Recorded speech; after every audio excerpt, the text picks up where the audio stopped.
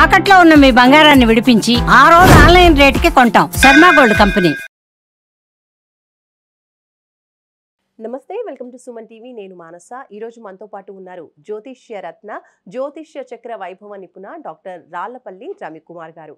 వారితో మాట్లాడదాము. ఈ మాసం రాశి ఫలాలు ఏ విధంగా ఉన్నాయో వారిని అడిగి తెలుసుకుందాం. గురుగారు నమస్కారం అండి. నమస్కారం. గురుగారు, ద్వాదశ రాశుల్లో నవగ్రహాలు ఈ మాసం అంతా కూడా ఏ స్థానాల్లో ఉన్నాయో ముందుగా తెలియచేయండి. తపోనమ్మ. శరదిందు సమాకారే పరబ్రహ్మ స్వరూపిణి వాసరాపీఠ నిలయే సరస్వతి నమస్తుతే. సుమన్ టీవీ ప్రేక్షకులకి నమస్కారం. ఈ నెల అంటే మే నెల ద్వాదశ రాశుల ఫలితాలు తెలుసుకునే ముందు ద్వాదశ రాశుల్లో నవగ్రహాలు ఎక్కడ ఉన్నాయో తెలుసుకుందాం.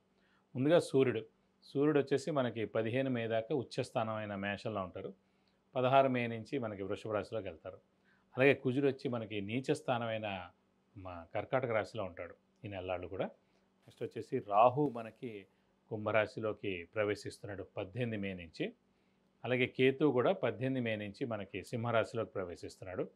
అలాగే గురువు వచ్చేసి మనకి మిథున్ రాశిలోకి 15 మే నుంచి మనకు వస్తున్నాడు. సో ఎప్పుడైతే మనకి గురువు ఒక రాశి నుంచి ఇంకో రాశిలోకి మారుతారో పుష్కరాలు స్టార్ట్ అవుతాయి అన్నమాట. సో నెక్స్ట్ వచ్చేసి మనకి శని ఆల్రెడీ మనకి 31 మార్చి నుంచి మేన్ రాశిలోకి ప్రవేశించాడు. కాబట్టి ఇప్పుడు మేన్ రాశిలో శని ఈ మాసం అంతా ఉంటాడు. అలాగే బుధుడు వచ్చి మనకి మేషరాశిలో ఈ నెలలాళ్ళు ఉంటాడు. బుధుడు నీచత్వం కూడా వెళ్ళిపోయింది మనకి. మొన్నదాకా నీచలో ఉండి కూడా బుధుడు కూడా నీచత్వం వెళ్ళిపోయి మేషరాశిలోకి ఈ మాసం అంతా ఉంటాడు.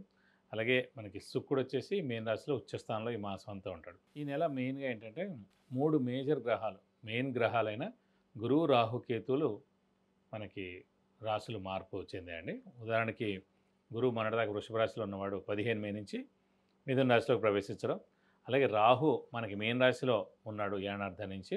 అతను 18 మే నుంచి మేన్ రాశి నుంచి కుంభరాశిలోకి ప్రవేశించాడు. ఏనార్థం అంతా ఇక్కడే ఉంటాడు. అలాగే గురువు సంవత్సర కాలం అంతా మిథున రాశిలో ఉంటాడు.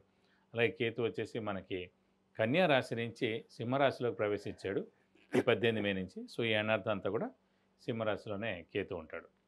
ఇవ్వండి ద్వాదశ రాశుల్లో మనకి నవగ్రహాలు ఈ మాసం అంతా ఇక్కడ ఈ స్థానాల్లో ఉంటాయి. గురుగారు, కన్యా రాశి వాళ్ళకి ఈ మాసం మాస ఫలితాలు తెలియజేస్తారా? కన్యారాశి అనగానే మనకి ఉత్తర 2, 3, 4 పాదాలు, హస్త 1, 2, 3, 4 పాదాలు, చిత్త 1, 2 పాదాలు, ఈ నక్షత్రాల సమూహంతో మనకి కన్యారాశిలోకి వస్తుంది. వీరికి గురుబలం పరిపూర్ణంగా ఉందండి. దశమ స్థానంలోకి గురువు ప్రవేశించాడు 15 మే నుంచి. సంవత్సర కాలం అంతా ఉంటాడు. అలాగే రాహు 6వ స్థానంలో ఉంటాడు 18 మే నుంచి. ఏనార్థం పాటు అది చాలా మంచి టైమే. అలాగే వ్యయ స్థానంలో కేతు ఉంటాడు. అది కూడా బెస్ట్ గ్రహం, బెస్ట్ ప్లేసే కేతుకి. అతను కూడా 18 మే 2025 నుంచి ఏనార్థం పాటు అక్కడే ఉంటాడు. ఇంకా ప్రాబ్లం వచ్చేది ఏంటంటే శని సప్తమ స్థానంలో ఉండడం.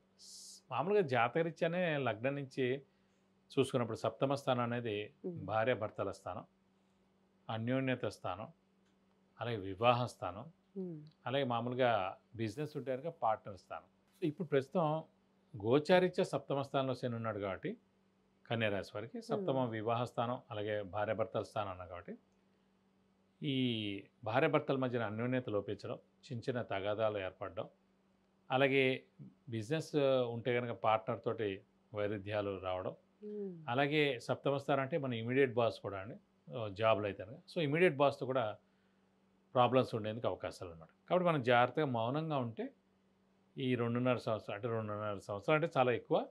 కానీ ప్రస్తుతం మనకి ఆ సప్తమ స్థానంలో శని చూపిస్తున్నందుకు కన్యారాశి వారు కొంచెం జాగ్రత్తగా మెలిగితే కనుక ఇలాంటి ఇబ్బందుల నుంచి కూడా బయటపడేందుకు అవకాశాలు ఎక్కువగా ఉన్నాయి. ఇది కాకుండా ద్వితీయ భాగ్యాధిపతి, యోగకారకుడు, అదృష్టకారకుడు, లక్ ఫేవర్ చేసే గ్రహమైన కన్యారాశికి శుక్రుడు సప్తమ స్థానంలో ఉచ్చలో ఉన్నాడు. ఈ నెలలాళ్ళు కూడా ఉచ్చలో ఉంటాడు. ఆల్రెడీ 2-3 నెలల నుంచి ఉన్నాడు. శుక్రుడు ఉచ్చలో ఉన్నందుకు మనకి ఖచ్చితంగా డబ్బులు చాలా బాగుంటాయి, ధనం బాగుంటుందండి. ఖచ్చితంగా రావాల్సిన బాకీలన్నీ కూడా వసూలు అవుతాయి. ఇవ్వాల్సిన వాళ్ళందరూ కూడా డబ్బులు ఇస్తారు. అలాగే మీరు కూడా సంపాదిస్తారు. అలాగే ఆరోగ్యం చాలా బాగుంటుంది. అలాగే మనకి హెల్ప్ కూడా చాలా చోట్ల నుంచి వస్తుంది. అలాగే శుక్రుడు మెయిన్గా లగ్జరీస్ కారకుడు కాబట్టి లగ్జరీ ఐటమ్స్ కొనడం ఈ నెలలాళ్ళు. అలాగే ఎవరైనా ఎప్పటి నుంచో వెహికల్ కొందామన్నా ఖచ్చితంగా ఇది సరైన సమయం అండి. ఖచ్చితంగా వెహికల్ కొనేందుకు అవకాశం ఉంది. అలాగే బంగారం కూడా కొనేందుకు అవకాశం ఉందని చెప్పుకోవచ్చు. కాబట్టి వీరికి ఇది కాకుండా రవి కూడా ఉచ్చలో ఉంటాడు 15 మే దాకా. కాబట్టి గవర్నమెంట్ జాబ్స్ ఎవరైనా రాస్తున్న వాళ్ళు కూడా ఈ నెలలాళ్ళు సరైన సమయం అండి. మీరు గవర్నమెంట్ జాబ్స్కి అప్లై చేస్తే కనుక జాబ్స్ వచ్చేందుకు అవకాశాలు ఎక్కువగా ఉన్నాయి. మరి వివాహం అయ్యే అవకాశాలు ఉన్నాయంటారా? దశమ స్థానంలో గురువు ఉండడం చేత వాడు పంచమ దృష్టితోటి ద్వితీయ స్థానాన్ని చూస్తాడు కాబట్టి, ద్వితీయ అంటే కుటుంబ స్థానం అయింది కాబట్టి, అవివాహితులు ఎవరన్నా సరే ఖచ్చితంగా ఈ సంవత్సర కాలం అంతా కూడా గురుబలం ఉంటుంది కాబట్టి ఖచ్చితంగా ఈ సంవత్సరం పెళ్ళి అయ్యేందుకు అవకాశం ఉంది. మనం మానవ ప్రయత్నం ఎక్కువగా చేస్తే, ఇప్పుడు ఫర్ ఎగ్జాంపుల్ 3 నెలలు 4 నెలలు ఇంచుమించుగా మూఢాలు ఉన్నాయండి.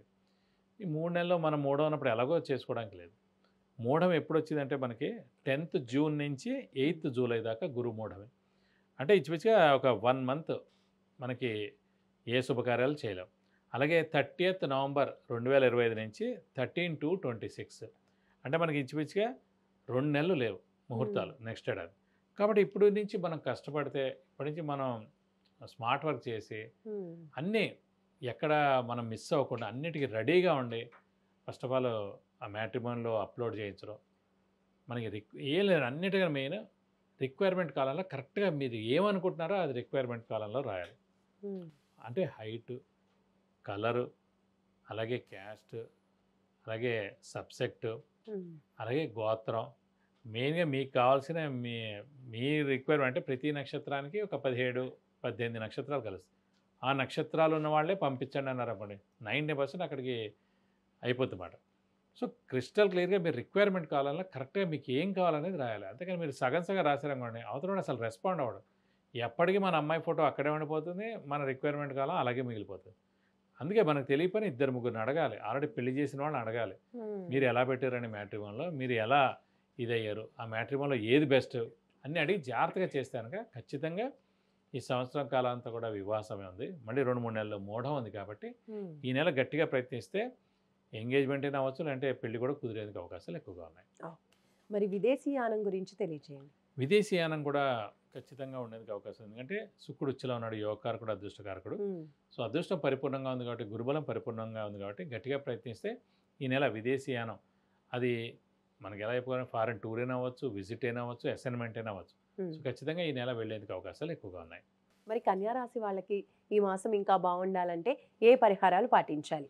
అంటే ఈ రాశి వారికి మెయిన్గా ఇంకా సప్తమ స్థానంలో శని ఈ 2.5 సంవత్సరాలు ఉంటారు కాబట్టి ప్రతి శనివారం ఉపవాసం ఉండడం బెస్ట్ అండి. ప్రతి శనివారం ఉపవాసం ఉంటే కనుక శని యొక్క దోషం తొలగిపోతుంది. అలాగే హనుమంతుడిని ఎక్కువగా, ఆంజనేయ స్వామిని ఎక్కువగా పూజిస్తే మంచిదండి. ప్రతిరోజు ఆంజనేయ స్వామి అష్టోత్తరం చదువుకుంటే మంచిది. వీలైతే కనుక ప్రతి శనివారం మనం ఆంజనేయ స్వామి టెంపుల్కి వెళ్ళి 41 ప్రదక్షిణాలు చేయడం, ఎప్పుడైనా వడమాల సమర్పించడం, సింధూర పూజ చేయించడం, తమలపాకుల పూజ చేయించడం, అలాగే మనకి మన్య సూక్త పారాయణం చేస్తారు, అది కూడా చేస్తే చాలా మంచిది. ఇలాంటివన్నీ చేయించుకుంటే కనుక దోషం ఏమైనా ఉన్నా కూడా అన్ని తలపై మీకు అన్ని విధాలా మంచి చేకూరుతుంది. విద్య, ఉద్యోగం, వ్యాపారం, వాహన యోగం, గృహయోగం, ఇంకా ఇలాంటి ఎన్నో విషయాలకు సంబంధించి మీరు గురుగారి నుంచి అపాయింట్మెంట్ ద్వారా తెలుసుకోవాలి అనుకుంటే స్క్రోల్ అవుతున్న నంబర్కి కాంటాక్ట్ చేయండి. కన్యా రాశి వాళ్ళ రాశి ఫలితాలు తెలియజేసినందుకు ధన్యవాదాలు గురుగారు. నమస్కారం.